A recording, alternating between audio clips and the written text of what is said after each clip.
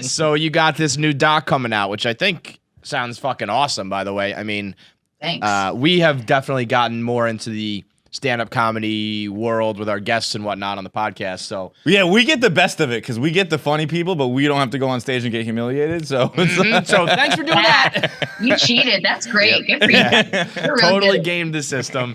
Yeah. So tell me about it. Funny Pains. Funny Pains. It's out. It's available for stream. There's a bunch of platforms that you can stream it on. Funnypains.com is the website. But a documentary crew had been following around Wendi Starling, who is one of the funniest fucking comedians I've ever witnessed. I've told her this and she was like, okay, cool. But she's like a Chris Farley, but she's like a skinny chick. But she's like you told a girl that she's a Chris Farley? Yeah, because it's Wendi. She can handle it. She's very thin, so it's fine.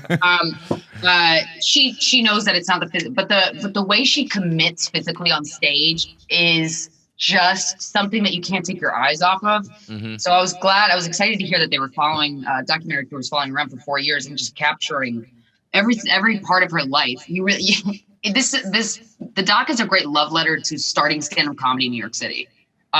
She moved. She was in LA for a while, but it followed us around. It followed us around when I was still working at WeWork. Like I had the last job I ever had was this like copier girl at WeWork, and I had this access key, and we would get into all the WeWorks like after midnight and rehearse. And so they captured us rehearsing for a monthly show.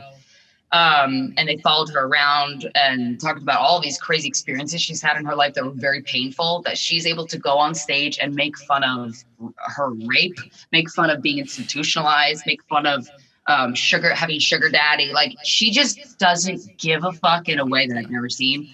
So, and the movie really portrays that very well. And then there's a bunch of killer stand-up comedians like Rich Voss, Bonnie McFarlane, Jim Norton, Andrew Schultz, Maron Kagani, Yamanika Saunders, and Nikki Glaser are in it too. And like, those people are heavy hitters. Yeah, that's a who's who right there. And so we do roundtables with them, and that's like a fucking dream. That's another way you could cheat into feeling like a stand-up comedian, is if you host a roundtable with a bunch of comics.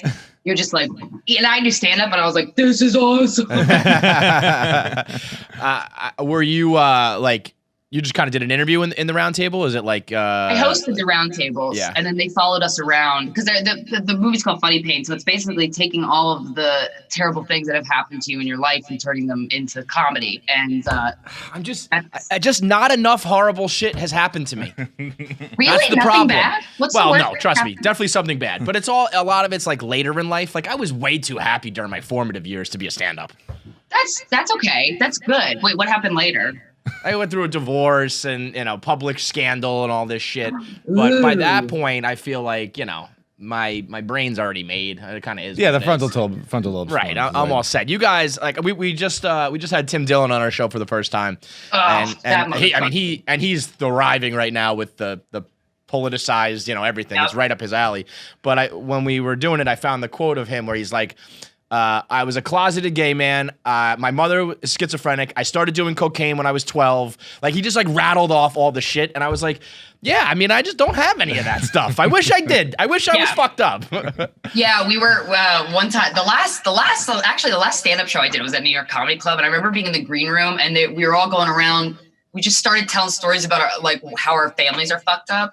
And they were talking about their relatives. I'm like, I had a really close family member try to kill themselves over the phone with me the night before I moved away to college. I win. And I did. I won it. I won this. The champion. We laid down their swords. But laughing at being at a really low point and then figuring out a way to laugh at it, that's like better than sex almost. That's everything. Yeah. And I feel like once you reach the point, like you're saying with Wendi, like it's when you don't give a fuck and you can say it openly with a smile on your face or laughing, and the audience is kind of like, oh, okay, oh shit, like we can laugh at this, like, and then it's just, then it becomes the most intriguing, interesting thing ever because you don't get that anywhere else. Everyone else who has those fucked up issues keeps it quiet, they're ashamed of it, whatever it may be. This is the only place where we can let's laugh about assault and death and all that shit. It's incredible. Yeah, it's the best because that's the other thing I realized as I age is everyone's been through some shit except for you, but.